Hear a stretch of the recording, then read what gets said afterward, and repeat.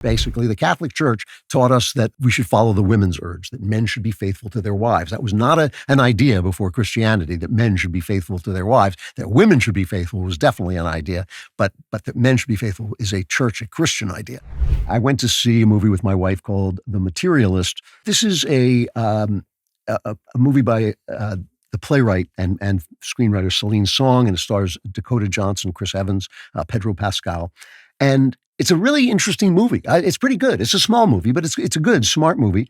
Well written, really entertaining. Dakota Johnson is absolutely spectacular in it.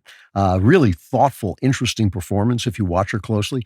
And a lot of people were disappointed because the trailer makes it sound like a rom-com. It's about a matchmaker who's torn between the perfect guy, Pedro Pascal, who's rich and handsome, and he's everything a woman is looking for. And on the other hand, she has this long-term love affair with Chris Evans, who's a perennially starving wannabe actor with a short temper, and she's caught between those two. So the trailer made it sound like a rom-com. Let's take a quick look at the trailer, cut 9. In the world of matchmaking, this weekend, your client is getting no one plays the game better than Lucy. 6'2", doctor, lawyer, banker. I get along much better with girls in their 20s. But love isn't part of her equation. I don't want to fight about money with my boyfriend. You know how hard it is to make you happy. Lucy M., the eternal bachelorette. I'm gonna die alone. Forget a rich husband. You're the matchmaker. You must know a lot about love. I know about dating. So it is all about the fact that when women come to her as a matchmaker, they have a list of material things they want from a man. They want him to be tall. They want him to be handsome. They want him to be rich. It's very important. The more money he has, the better they can take care of him. And yet, in the event, some of them are willing to settle because they're afraid of dying alone.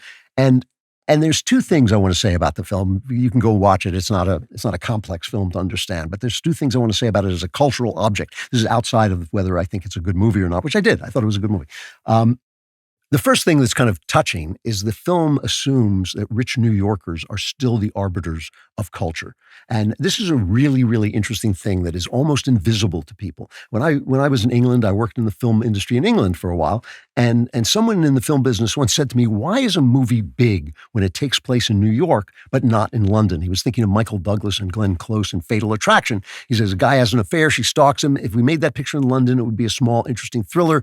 In America, you make it in New York and it's big. And I said, that's because New York is where the culture is made. That is where our opinions come from. That's where the people who make opinions, the chattering classes live. And we think about that. And it makes the opinions for the world. So London gets the opinions after they come out of New York.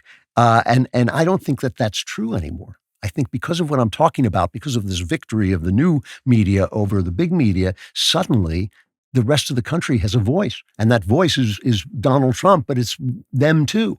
And if we had the brains God gave a goose, if conservatives had the brains God gave a goose, there would be a studio paying a screenwriter to make a film with a title like Trad Girls or Trad Wife, in which the trad girls and the trad wife are the heroines and the things that they have to go through to find a husband, to live in a world of not trad girls, anything. That's what's happening now. That is the culture now, but they're still talking about New York because they're living in a dream. They're living in the matrix where New York still matters to anybody, which it really doesn't. But that's one thing about it. That's just a side. Well, that's actually part of what I'm talking about taking control of the culture. And the way you take control of the culture, which is by not lying, by not covering up, by not managing the public, by saying, well, the public should know this, but not that. The public shouldn't feel this because then they'll do that. Not doing that would be a great way for conservatives to take control of the country. So they can say, yeah, you call Donald Trump a liar. How come he keeps telling the truth? And the Biden administration and everybody in it and every reporter who covered it lied. How come?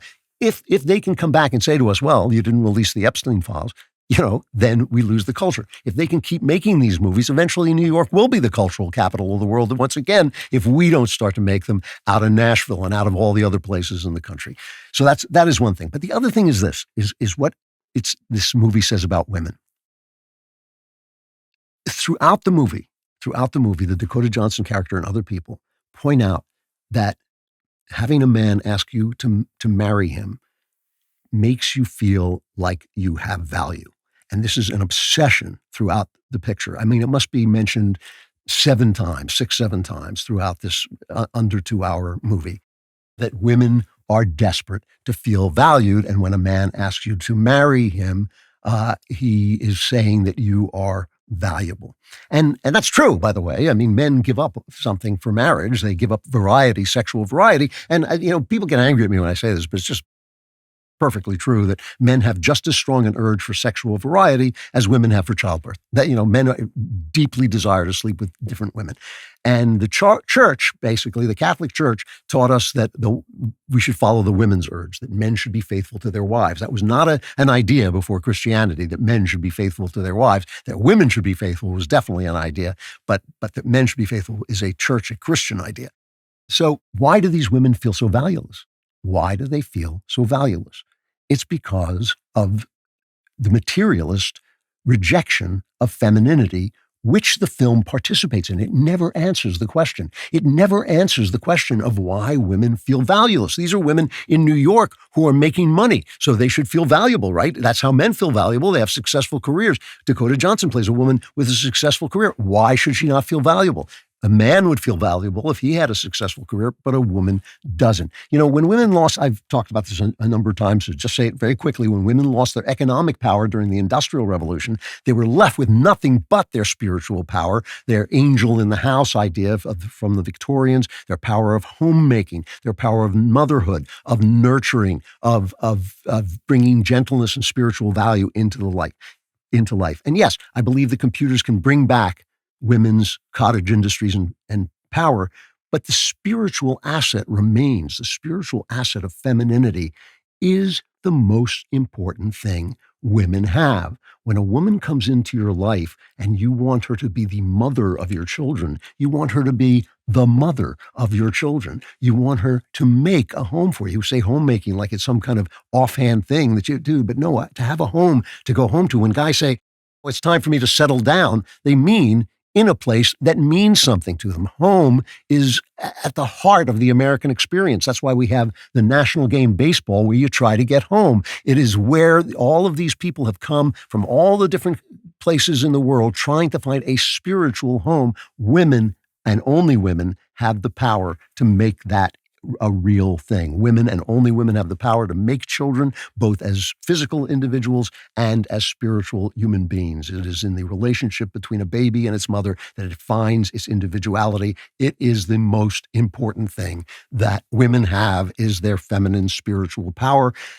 When you give up that feminine spiritual power, as a woman, you may have all kinds you may be a doctor, you may be a soldier, you may be a lawyer, you may be all these things, but your only value as a woman now is your sexuality. And that is why you see these girls walking down the street almost undressed. That is why you see them handing over what is natural to women, which is a sense of modesty and a sense of being, decorous and protecting herself and respecting herself.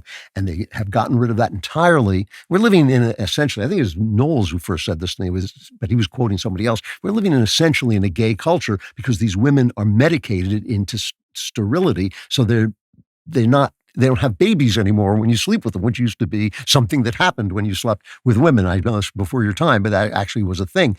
And so we hate femininity because it calls us out of the material world. That's why. That guy's amazing. You should like and subscribe. And you should also subscribe to The Andrew Klavan Show wherever you get your podcasts.